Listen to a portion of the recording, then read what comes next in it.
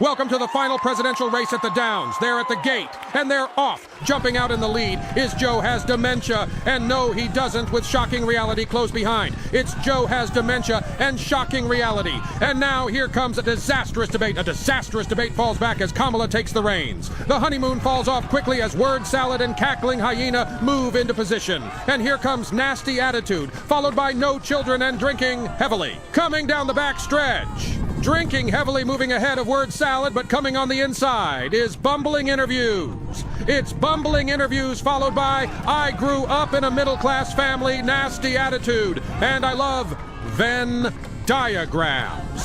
A wide open border challenging for second going into the clubhouse turn. Passing on the rail is fake black accent, followed by I grew up in a middle-class family, fake Latin accent, and my husband slaps me. Here they come spinning out of the turn, word salad in the lead, but here comes unburdened by what has been. Biden was stronger and disappointed. Barry are neck and neck, and down the stretch they come. I did the fries is pulling away from I did the Willie Brown by a length. But coming in strong is Cut the Interview. Cut the Interview is passing awkward cringe. And I grew up in a middle-class family, and at the wire, it's nasty attitude. Word salad, a campaign in shambles, and at least I ain't Donald Trump. It's fine. Oh, it's fine.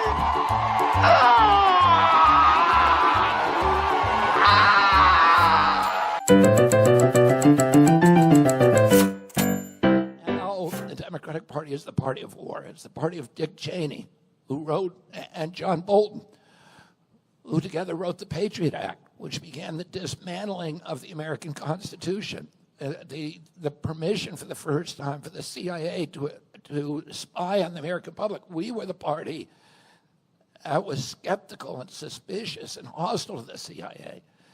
And this Democratic convention, you had Kamala Harris making a neocon. We drove the neocons out of office. And they ended up running our party. Dick Cheney has not changed his opinion about the Iraq War, which he lied us into, he and John Bolton. And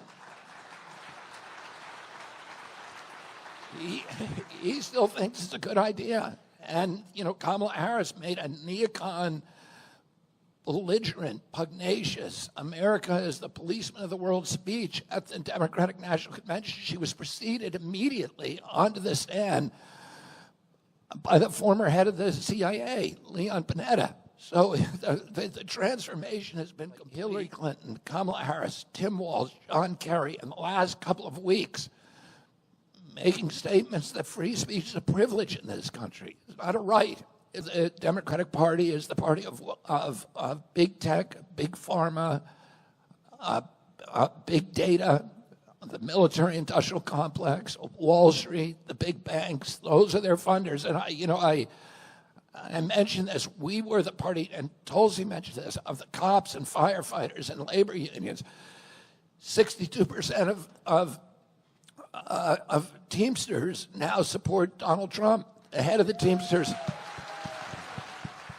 Kamala publishing, and Tim Walz publishing advertisements showing them eating Doritos, and the Republican Party is now the party of healthy people that want health for our children. Gates made his first political contribution in history. He gave $50 million to Kamala Harris. Now, do you think he did that because out of a patriotic impulse?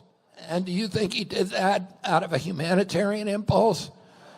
Oh, he did that to protect his wealth and his system, which he calls philanthrocapitalism, which is a way of making yourself rich by pretending to give money away to good causes. And he wants to keep that. He just got indicted in the Netherlands and is going to trial. It's not just the intelligence agencies, but all of the institutions of our government have been captured by the industries that they're supposed to regulate. The NIH, CDC, and FDA have been captured by the pharmaceutical industry and the medical cartel. People are making money on sick children and on keeping us sick. The insurance companies, the pharmaceutical companies, the healthcare companies, the hospitals, the Even the medical schools are all bought off and tied in by this kind of money, and they've turned our public health agencies predatory against the American public. Normally, the transition team is not created until November 6th because GAO, the General Accounting Office, pays for all the costs of the transition team. Trump said, I'm not going to do it this time. I'm not going to do it their way. I'm going to start my own transition team 3 months early. He's appointed 20 people, including me and Tulsi.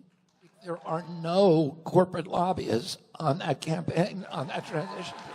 So the doing things different has already started, and the more you hear these people in Washington that freak out, the more you should know, like, all right, we're doing good.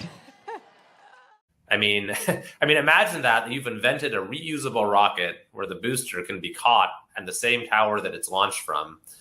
This isn't a booster.